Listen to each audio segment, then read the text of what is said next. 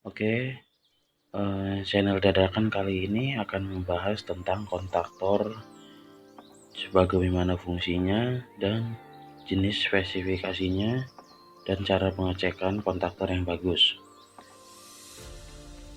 Sini saya ada contoh kontaktor SP50T ya.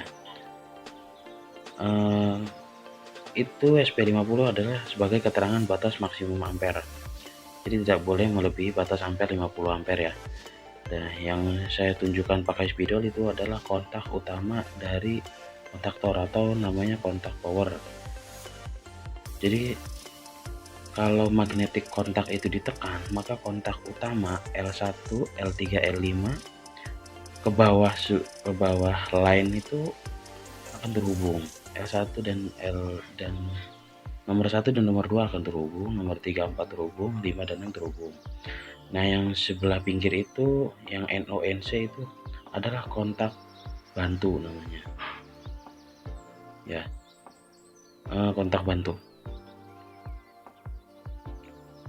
Yang contoh ini adalah contoh coil kontaktor 220.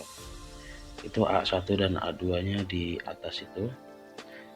Jadi ada dua jenis kontaktor, ada yang 220, ada yang 380. Yang saya baru tahu sih dua jenis kontaktor itu ya. Kalau yang DC saya kurang tahu.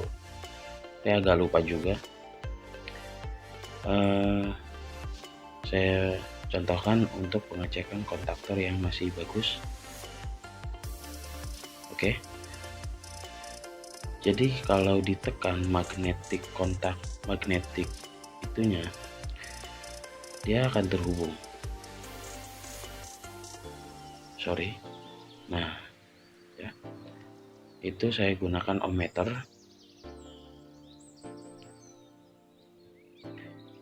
Kalau masih terhubung, itu tandanya masih bagus. Biasanya kontaktor tidak terhubung karena kotor, bisa karena debu, bisa juga karena yang udah agak soak gitu ya. Kontaknya udah ompong. Nah, yang kedua pengecekan coil. Coil di sini gulungan kontaktor tersebut. Jadi untuk menarik kontak utama itu menggunakan coil. Nah, coil itulah yang menggerakkan gaya magnet kontaktor. Kalau coil tidak terhubung berarti itu rusak ya. Nah, itu kontak NONC ya. Yang depan itu kontak NC. Jadi kalau coil belum dikasih tegangan, dia tidak akan berubah. Jadi kalau coil ada tegangan, itu otomatis tertekan tengahnya dan maka tidak akan terhubung. Nah, yang ini kontak NO. Kontak NO itu coil tidak dikasih tegangan, belum dikasih tegangan, dia tidak akan terhubung. Jadi jika coil dikasih tegangan, dia akan terhubung. Nah, seperti itu. Jadi akan tertekan sendiri itu. Oke. Jadi cara pengaplikasiannya ini banyak banget kontaktor ya. Semua mesin pasti pakai kontaktor. Bisa digunakan buat heater, untuk dinamo, untuk motor, berbagai macam pokoknya. Semua mesin pasti menggunakannya kontaktor. Ini SP40, dia sama aja speknya, cuma beda ampernya. Nah, ini SP11 ya, kontak bantunya cuma ada satu dan kontak utamanya 3. Itu coilnya ya. Oke, cukup sekian.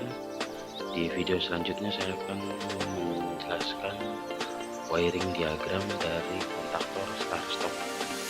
Oke, jangan lupa like dan subscribe Elektro Dadakan.